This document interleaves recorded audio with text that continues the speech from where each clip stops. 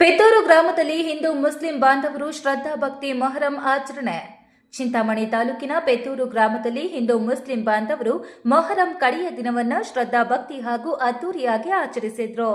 ಈ ಪೆತ್ತೂರು ಗ್ರಾಮದಲ್ಲಿ ಒಂದೇ ಒಂದು ಮುಸ್ಲಿಂ ಬಾಬಾಜಾನ್ ರವರ ಮನೆ ಇದ್ದು, ಇಲ್ಲಿ ಸುಮಾರು 100 ವರ್ಷಗಳಿಂದ ಹಿಂದೂ ಮುಸ್ಲಿಂ ಬಾಂಧವರು ಒಟ್ಟಿಗೆ ಸಡಗರ ಸಂಭ್ರಮದಿಂದ ಭವ್ಯತೆಯ ಮೊಹರಂ ಹಬ್ಬವನ್ನ ಶಾಂತಿಯುತವಾಗಿ ಆಚರಣೆ ಮಾಡಿದ್ದಾರೆ.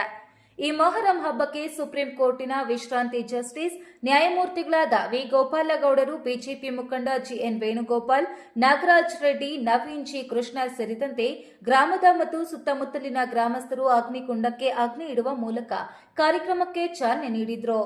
ಕೋಮು ಸೌಹಾರ್ದತೆಯ ಪ್ರತೀಕವಾಗಿರುವ ಈ ಮೊಹರಂ ಹಬ್ಬಕ್ಕೆ ಈ ಗ್ರಾಮದಲ್ಲಿ ಹೆಚ್ಚಾಗಿ ಮಹಿಳೆಯರು, ಮಕ್ಕಳು ತಮ್ಮ ತಮ್ಮ ಮನೆಗಳಿಂದ ಶುದ್ಧ ನೀರು ಮತ್ತು ಪೂಜೆ ಸಾಮಾನುಗಳನ್ನು ತಗೊಂಡು ಬಂದು ಬಾಬಯ್ಯನವರ ಮುಂದೆ ಅಗ್ನಿಕುಂಡದ ಸುತ್ತಲೂ ಪ್ರದರ್ಶನ ಮಾಡಿ ನಂತರ ಬಾಬಯ್ಯನವರ ಕೈಹಸ್ತಕ್ಕೆ ಪೂಜೆಯನ್ನ ಸಲ್ಲಿಸುತ್ತಾರೆ.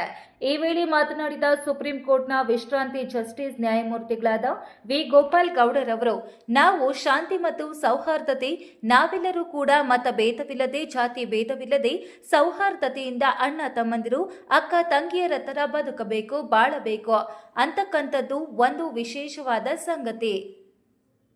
ಈ ವಿಷಯವನ್ನ ಇಡೀ ದೇಶದ ಜನರಿಗೆ ಸಾರುವುದೇ ಈ 2 ದಿನದ ಕಾರ್ಯಕ್ರಮದ ಉದ್ದೇಶ ಆಗಿದೆ. ಇಲ್ಲಿ ರಾತ್ರಿ ಇಡೀ ಬೇರೆ ಬೇರೆ ಸಾಂಸ್ಕೃತಿಕ ಕಾರ್ಯಕ್ರಮಗಳಲ್ಲಿ ಶಾಲೆಯ ಮಕ್ಕಳು ಮತ್ತೆ ಶಾಲೆಗೆ ಹೋಗದೇ ಇರತಕ್ಕಂಥವರು ಬೇರೆ ಬೇರೆ ವೇಷಗಳನ್ನ ಧರಿಸಿ, ಹುಲಿ ವೇಷದ, ಸಿಂಹ ವೇಷದ, ಆಮೇಲೆ ಗಾಡಿ ವೇಷ ಎಲ್ಲ ಕೂಡ ಇಲ್ಲಿ ಸತತವಾಗಿ ವಿರಾಮವಿಲ್ಲದೆ ಇಲ್ಲಿ ನಡೆಯುತ್ತದೆ. ಪೆತ್ತೂರು ಗ್ರಾಮದ ಸುತ್ತಮುತ್ತಲಿನ ಗ್ರಾಮಸ್ಥರು ಸಹ ಮೊಹರಂ ಹಬ್ಬಕ್ಕೆ ಭಾಗವಹಿಸಿ ವೀಕ್ಷಣೆ ಸಹ ಮಾಡುತ್ತಾರೆ ಎಂದರು. ಬಿಜೆಪಿ ಮುಖಂಡ ಜಿಎನ್ ವೇಣುಗೋಪಾಲ್ ಮಾತನಾಡಿ, ಈ ಪೆತ್ತೂರು ಗ್ರಾಮದಲ್ಲಿ ವಿಶೇಷವಾಗಿ ನಡೆಯುವ ಮೊಹರಂ ಹಬ್ಬದ ಬಾಬಯ್ಯನವರಿಗೆ ವಿಶೇಷ ಪೂಜೆ ಸಲ್ಲಿಸಿ ನಾಡಿನ ಜನತೆಗೆ, ತಾಲೂಕಿನ ಜನತೆಗೆ ಒಳ್ಳೆಯದಾಗಲಿ ಮತ್ತು ಎಲ್ಲರೂ ಅನ್ಯೋನ್ಯವಾಗಿ ಯಾವುದೇ ಜಗಳವಿಲ್ಲದೆ ಶಾಂತಿಯಿಂದ ಬಾಳಲಿ ಎಂದು ದೇವರಲ್ಲಿ ಪ್ರಾರ್ಥನೆ ಮಾಡಿದ್ದೇವೆ. ಭಗವಂತ ಎಲ್ಲರಿಗೂ ಒಳ್ಳೆಯದನ್ನ ಮಾಡಲಿ ಎಂದರು. ಈ ಮೊಹರಂ ಹಬ್ಬಕ್ಕೆ ಬಂದಿದ್ದ ಸುತ್ತಮುತ್ತಲಿನ ಗ್ರಾಮಸ್ಥರಿಗೆ ಮತ್ತು ಭಕ್ತಾದಿಗಳಿಗೆ ಸಾವಿರಾರು ಜನರಿಗೆ ಊಟದ ವ್ಯವಸ್ಥೆ ಸಹ ಮಾಡಲಾಯಿತು.